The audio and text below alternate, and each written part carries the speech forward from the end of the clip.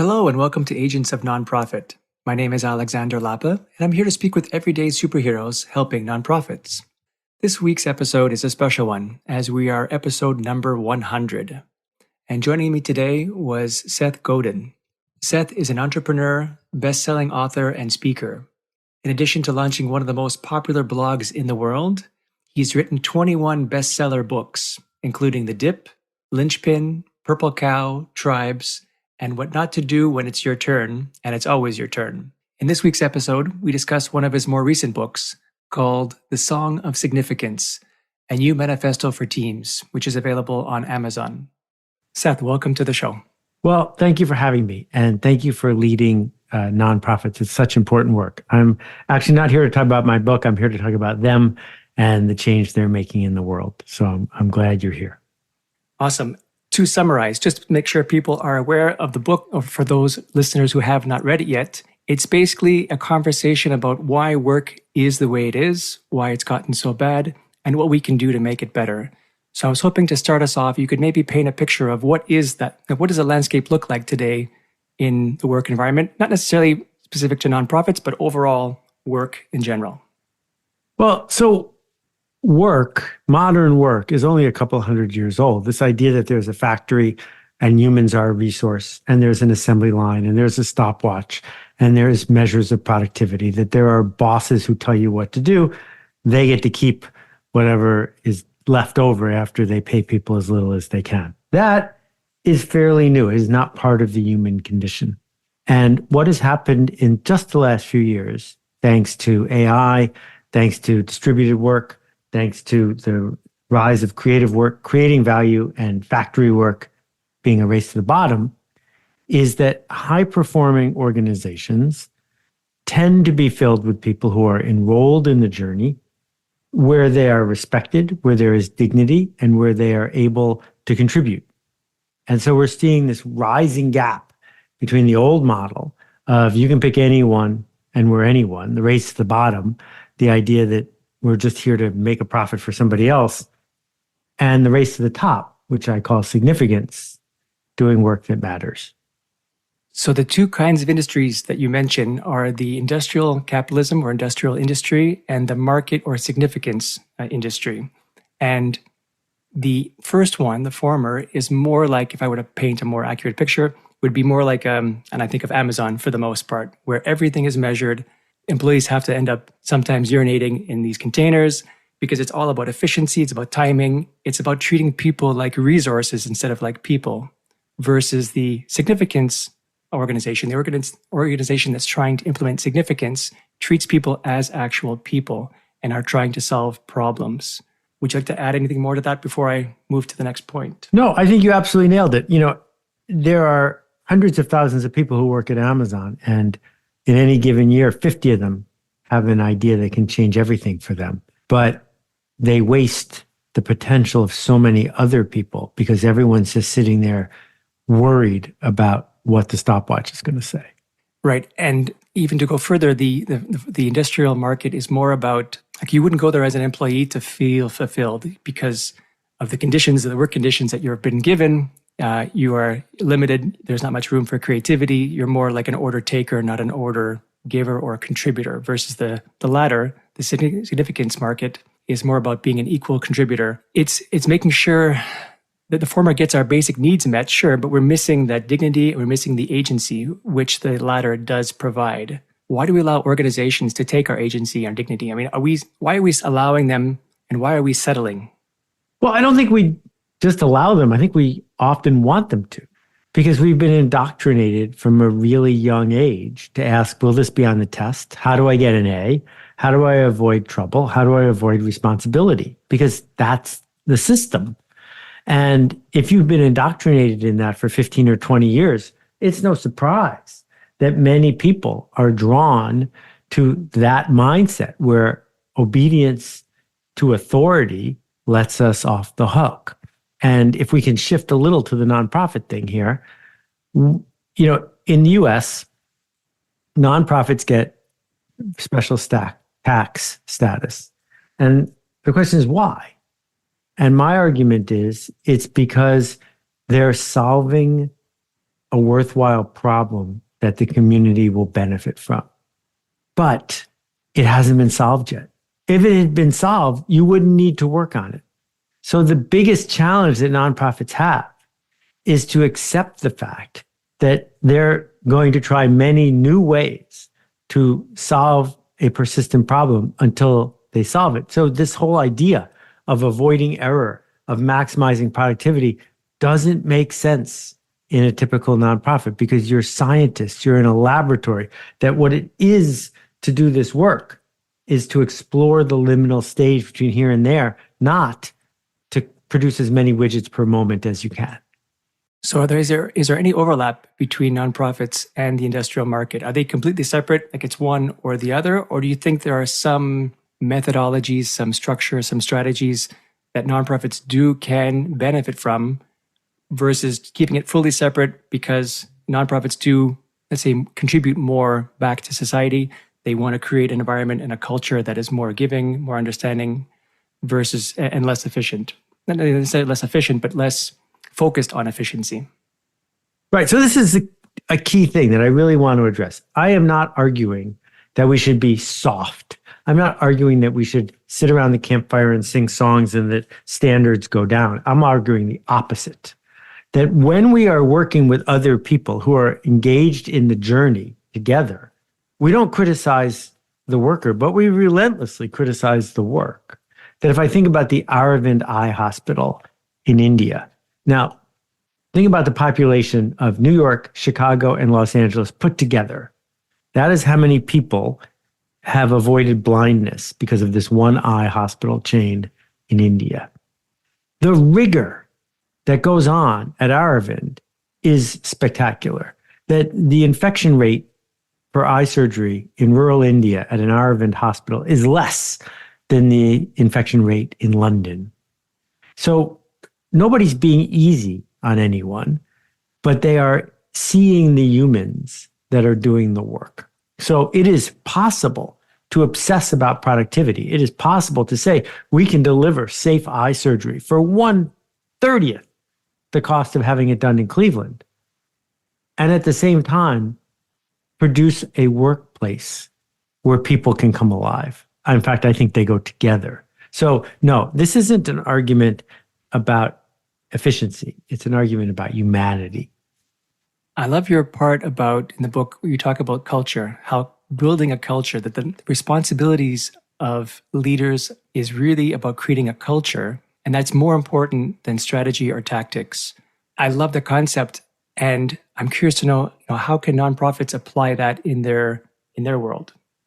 So I've worked very closely with perhaps a dozen significant nonprofits over the last 10 or 20 years. And when you walk into the room at Endeavor or at Build On or at Acumen or at Charity Water, you notice something about culture.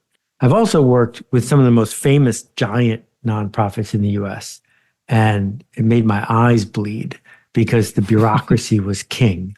And I don't work with those folks anymore because they have turned into faceless bureaucracies that are simply doing what they did 10 or 20 or 40 or 50 years ago with bequests from people who died from a disease that they're supposed to be addressing.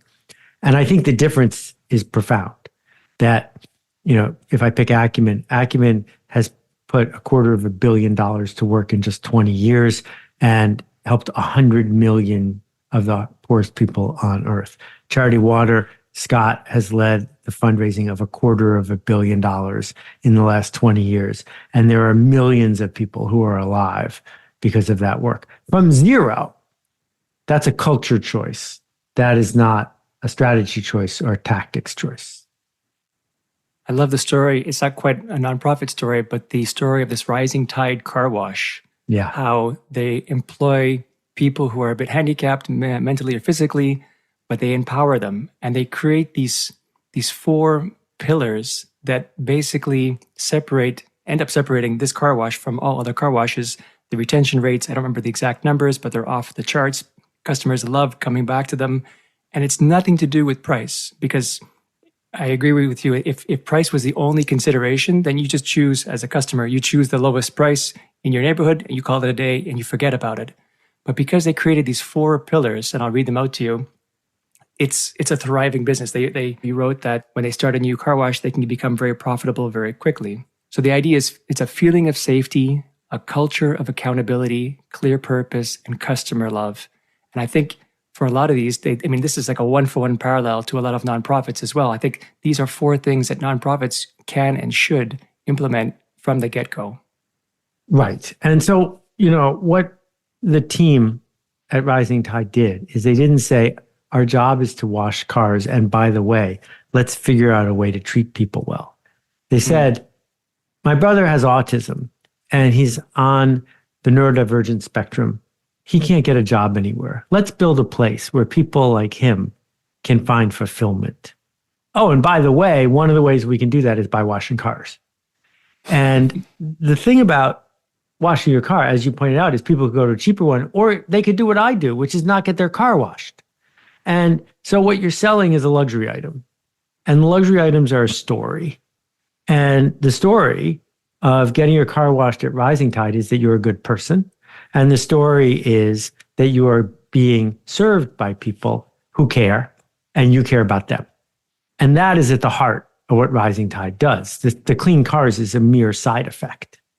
And most of the nonprofits that I am lucky enough to work with are doing really significant, important work for people who need it. But at the same time, they're creating an environment where the people who do the work gladly come to do the work, even if they could make more money doing something else. Yeah, a lot of people work with nonprofits not for the money, but because they feel they're having an impact with the community. So definitely true there. Shifting then the conversation to more, what are some tactics, strategies that nonprofits can implement? There's a lot of them in the book, but I try to highlight only a few of them. The first one I loved was the fact that turnover is okay. And if you don't mind, I'm going to read the quote that you wrote, because before I do that, the idea is, in order to build a significant organization or organization of significance, it has to be a mutual respect. It has to be a mutual beneficial relationship. It's not just the worker benefiting from the workee, but it's a mutual one. And the minute it doesn't, it ceases to become useful. So the quote is, and this is the perspective of the nonprofit, join us if it works for you, leave us when it doesn't. And if you leave with more knowledge than when you came, it's a symptom we did well together. That is beautiful. Thank you. Yeah, I still agree with it a year and a half later. I think that particularly in nonprofits, turnover should be a goal. It shouldn't be something to be afraid of. That being able to sit down with one another and re-enlist in this journey is critical. That in the old days, we worried a lot about knowledge walking out the door. But the knowledge is all in Slack now. And so, yeah, there's a cost to turnover because it gets turbulent. And there is the challenge of picking relationships up where we left off. But at the same time, there's nothing about your organization that's the same as it was 10 years ago. So if it's going to change again in the next 10 years, why not do it with intent? Why just let it happen randomly when someone finally discovers they have an option and they leave? Let's do it on purpose, because we don't get tomorrow over again. And the opportunity to have the right people in the room for the right reason is spectacular. There are a lot of nonprofits that fear turnover. And I think you underlined, or I will underline the comment you made, it has to be somewhere, documented somewhere. You don't want to lose too much when that person walks out the door, because it should be in a central repository of some kind, process, storage, wherever it might be, so that the information is not lost completely. But you do, and I agree, it's okay to let that person go when it doesn't mutually benefit each person, the organization and the person. Yeah, a couple of things. A friend of mine worked at a commercial bank years ago, and in the US, you must take 2 weeks of vacation in a row if you work at a commercial bank. And the reason they do that is to keep internal employees from turning into folks who are kiting checks and keeping embezzlement hidden. If you're gone for 2 weeks, things are going to rise to the surface. And Tom Peters used to write about the idea they should have a resume clinic. I'd modernize it to a LinkedIn clinic every 6 months, where you challenge your people to upgrade, update their LinkedIn profile. And so folks say, well, why would I do that? Then folks will leave and get a better job. And the response is, well, would you rather have them stay because they can't find a better job? The whole point is you want people who are there because they want to be there, not because they have no other options. Second point is about vocation skills. And a lot of us, a lot of organizations at least, measure people based on proxies. That's the word used, where, how many words can you type a minute? How many donors can you get? How much can you fundraise? Which are important, but they're a side effect or a portion of the overall skill set that a person brings to the table. That these vocation skills or non-vocation skills, these soft skills that we call them, are in a sense the real skills, the people skills, the communication skills, the leadership skills. So I'm curious to know, why do we call them soft skills if they're really real skills? Well, proxies are everywhere we look. Calories are a proxy for is this food healthy or not, because it's hard to just keep all these ideas in our head. And I can go down a long list of proxies. Some of them are very noxious and dangerous. We use someone's height or skin color as a proxy for whether we can trust them, which is absurd. And at work, under Henry Ford and Frederick Taylor, the proxies were fairly accurate. That the faster they could make a Model T of suitable quality, the more money they would make. So all you have to do is measure how fast you can make the car, and you're maybe onto something, at least in the short run. But the proxies start to fall apart when work gets complicated. And, so if I look at the proxy of how many sales pitches did you do today in the fundraising department, what I'm doing is encouraging you to spam people. I'm not encouraging you to build actual useful long-term relationships that are going to help this nonprofit be transformed. And just because it's hard to measure doesn't mean it's important. Just because it's easy to measure doesn't mean it's important. We have to get really clear about why are we measuring this to begin with. And what we see about real skills, some people call them soft skills, is it's hard to measure humility, empathy, connection, sense of humor, loyalty, leadership. But just because it's hard to measure doesn't mean we should ignore it.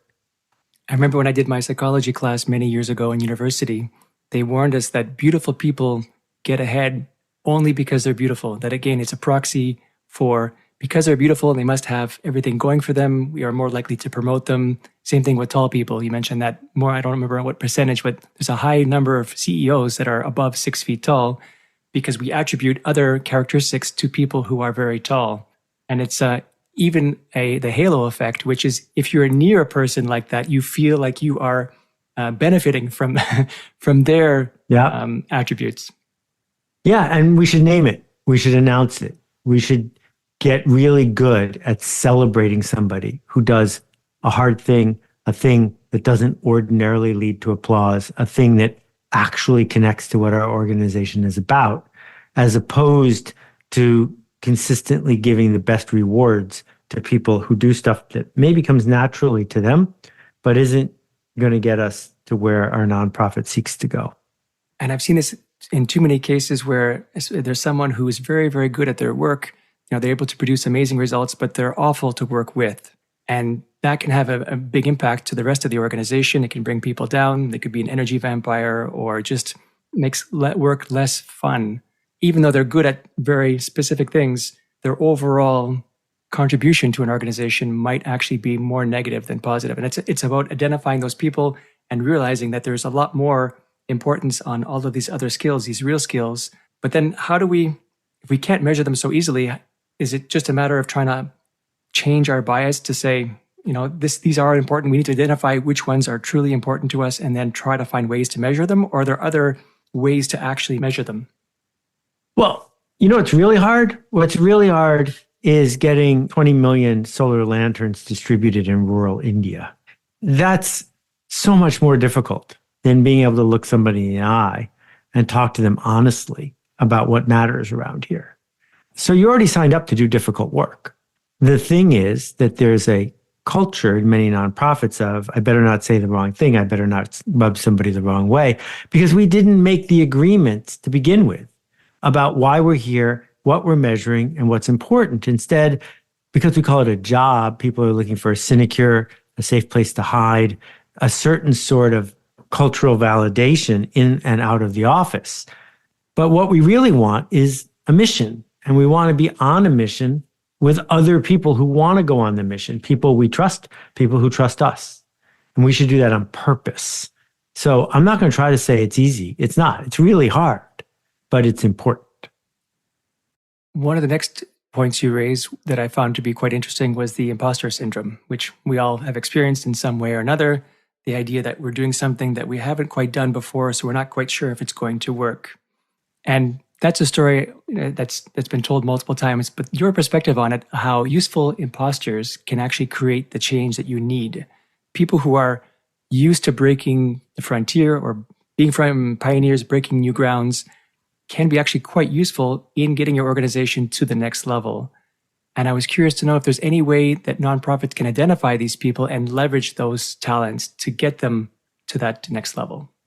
Yeah, so I think there might be a few politicians in my country who don't have imposter syndrome, but everybody else who's doing work does. And people say to me, how do I get rid of imposter syndrome? How do I stop feeling like a fraud? And my answer is, if you're working hard on a good project, of course you feel like a fraud because you are one. That if you show up to lead anything at a nonprofit, which, as we said earlier, is trying to solve a problem that hasn't been solved yet, of course you're an imposter because it hasn't been solved yet. You're going out to raise money to solve a problem you haven't solved yet. You are hiring people to join you on a journey that you're not sure is going to work. So when you feel this feeling, it's a good thing. It's a way of knowing that you're on to something. And so we can name it, and then we can forgive ourselves. And we can say, I haven't solved it yet, but I'm going to be clear about who it's for, what it's for, the change we're seeking to make. And we're going to check in honestly about the progress we're making. That is useful work. And I would add to that, it doesn't always go away. I mean, no matter how experienced you are, know how many awards you've won. I've heard even that, like Rihanna, for example, back in the day, she was also feeling imposter syndrome. No matter how successful she was still feeling it. And that is something to notice, that it's okay to be, and you should be okay to be, or find a way to be okay with imposter syndrome. Recognize it, identify it, like you said, and then work with it. And just the idea being, and I'm a big advocate of this, is breaking that comfort zone, is getting out of the normal routine that you normally have, trying something new. And if you keep on doing that over the course of a year or multiple years, and then you look back, who you are today and what your organization has done as a result of it will be tremendously large compared to if you just stayed within that comfort zone, within that particular wheelhouse that you're so comfortable with. Yeah, no, it's a great point. If there's nobody who goes to a training coach, a running coach, and says, can you teach me how to run a marathon without getting tired? Because that's absurd. If you're running the marathon properly, you're going to get tired. The difference between the people who finish and the people who don't is they figure out where to put the tired. And the same thing is true with imposter syndrome. You train, you get better at engaging with it, but it's never going to go away, not if you're doing your work well. Next point was about page 19, the page 19 metaphor. Mm-hmm. And I believe this comes from your previous book, or a previous book. Actually wasn't really your book. It was more of a collection of authors writing the book, The Carbon Almanac. Yep. And the idea, the concept behind it, the golden nugget in there is basically saying, as a person, produce the best you can, but be aware that it's probably not the best anyone can, and that's okay. Consider it to be like a first draft, and then have peers review it, modify it, improve it. So the slogan is, here, I made this, please make it better. And I just want to mention the 4 steps in this page 19 thinking, which is basically simplify the problem, clarify the goal, triage and figure out what to do next, and then decide to ship the work. The idea is that there's this process of improvement, refinement as a team, and not as a one person start to finish, start the draft, edit it, publish it themselves, but have this team of people build something together, and that the result of that work, the result of those refinements will be infinitely better than what you could ever accomplish on your own. Yeah, I think there's a mindset shift that I'm proposing here. Years ago, when I was running Yoyodyne, which was one of the first internet companies, in 1 week we hired 17 salespeople. And I went out and I bought 17 Radio Shack cassette recorders for $39 each. And I had everybody record all their sales calls for a week. And then I said, phone calls. And I said, all right, bring your best recording, your best call to this meeting. And we went around and each person played us 5 minutes of their best work. And then other people told them how it could have been better. In a typical bureaucracy, this would be a meeting filled with fear because you feel like you're being judged and you're at risk and you might even get fired. And so it's unusual at a nonprofit for people to eagerly share, here's a transcript of what I just did. Here's an approach to how I just approached this. Can you make this better? We only want the review to come once a year, the annual review, which is so stupid. But if we're really leaning into solving the problem, then let's take advantage of this moment to not criticize the worker. It's not okay to criticize the worker, but to relentlessly criticize the work, to be able to say, here, I made this, and to have somebody else say, what would happen if we did this? Would it be even better? It's really a shame that nonprofits don't share more amongst each other. This is some kind of situation which I can't quite figure out yet. They want to hold their cards close to their chest, so to speak, and they don't want to help each other in some way. And there are people, of course, trying to break those trends, but there's definitely something to the effect of not being as open as they could be and not being able to benefit from being open. I wanted to know if you had any thoughts towards that. Yeah. So again, back to this idea of market share or solving the problem. One of the things I encourage the folks at Acumen to do is view themselves as people who publish a journal, to be able to say, here's everything we know about this problem. If you can steal our ideas, please do. And sometimes the ideas get stolen in a negative way, like the way that microfinance was misused in India by some. But in general, you're going to solve the problem when you are comfortable enough with other people doing it, not you. And that only happens when you show your work. And that is how we advanced so much in physics and biology and genetics, right? Everybody who's working on decoding DNA publishes their work, and then other scientists advance it. Well, we ought to be able to do the same thing with any nonprofit. Publish your work, let people steal your ideas, and have them make it better. Sometimes it feels, as I was reading your manifesto, that it's more targeted toward the managers and not the employees or the volunteers working at a nonprofit or any other organization. And I was wondering, aside from asking their managers to buy the book, which of course they should, what can employees do to help promote this kind of change, this revolution? I'm really glad you're bringing this up. There's a big difference between managers and leaders. Managers have authority. They're on the org chart. They get to fire people. Leaders are doing something voluntary. Leaders are able to say, I'm going over there, who wants to come?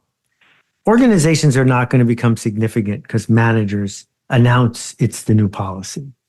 It's going to happen because leaders, regardless of their job title, show up and say, follow me. And so you can be the newest employee. You can be the low-ranking barista. You can be somebody in an organization who's not on the masthead. And you can start changing the culture because you can lead. And I can't describe to you just how deeply the indoctrination goes in our culture, that that's not allowed. But in fact, it is allowed, and it's where change almost always comes from. So those were the topics I was hoping to cover today. Thank you so much for that. How can people find your book? So I've written 9,000 blog posts at seths.blog, which is a lot of blog posts. If you go to seths.blog/song, I've summarized some of the ideas of the book. But people don't take me at my word, but I mean it. It's fine with me if you don't buy the book. I don't write books for people to buy them. My goal is for people to take ideas and run with them, to teach them to other people, to make a ruckus, to make a difference, to be missed if you are gone. And we probably don't need a slightly more efficient pesticide company. But what we do need are nonprofits that do work worth doing. So if this resonates with you, I hope you'll take the ideas and run with them. Well, I will definitely plug your book because it was a worthy read. And what I liked about it is that it's a very easy read. It's not like a 1,000-page book. It reads very well. Great ideas. I mean, a few of them we discussed here today, but there's a lot more that can be beneficial to nonprofits. So I encourage you to do so. Seth, thank you so much. This has been an honor. Well, for me too. And thank you for taking the time and for showing up the way you do. All right, that's it for today. I'm Alexander Lapa, and I hope you join me again in the next Agents of Nonprofit.